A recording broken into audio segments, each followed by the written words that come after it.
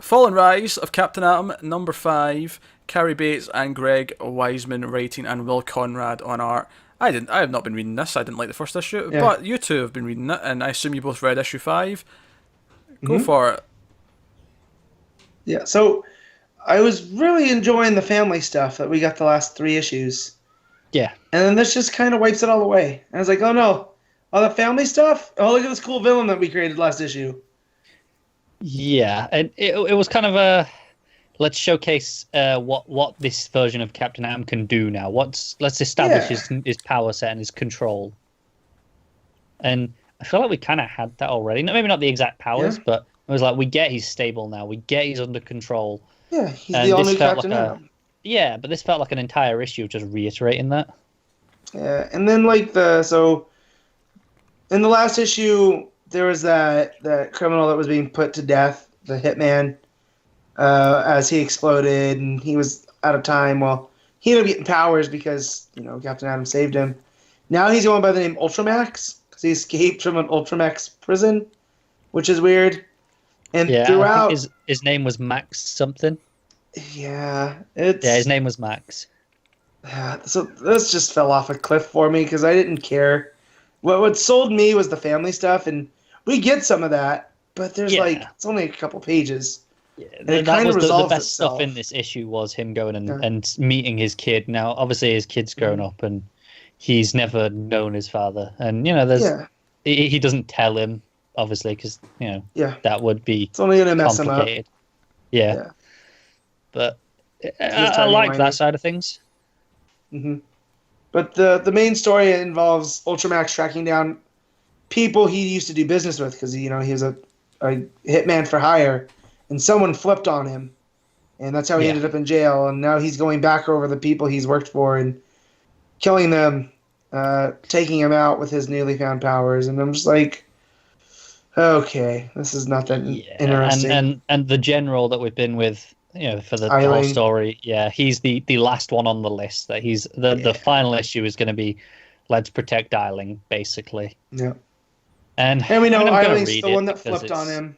Yeah, well, you got to finish it.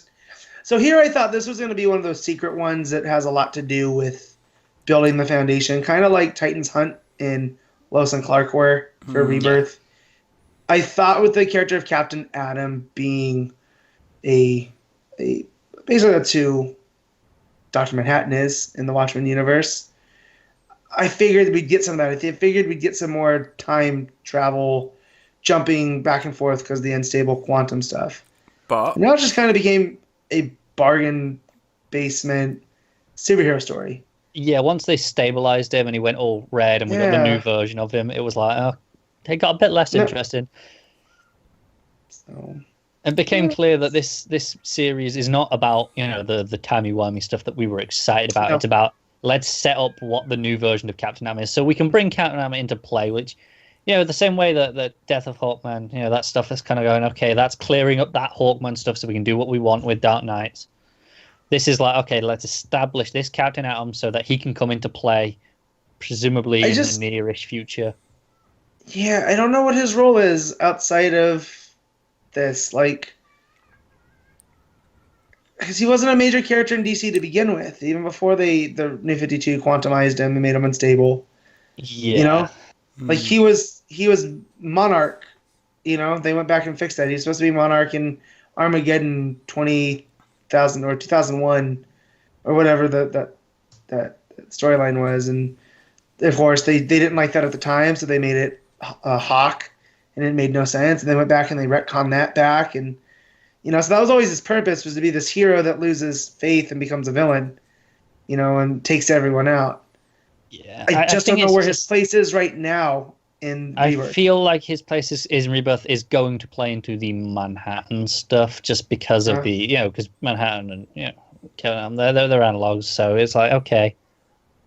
But I think if he does, though, he'll be more of a plot device than he will be an actual character in the story. Probably. Cause he's not big enough, he's not important enough to actually give him, he's this character who's going to fight Manhattan. It's going to be, he's going to be like a power battery for, Batman and Flash while they're fighting Manhattan or something like that. Maybe, and this series could have made him into that, all the family stuff. It gave him depth as a character. but then they kind of just abandon it towards the end to do a Yeah.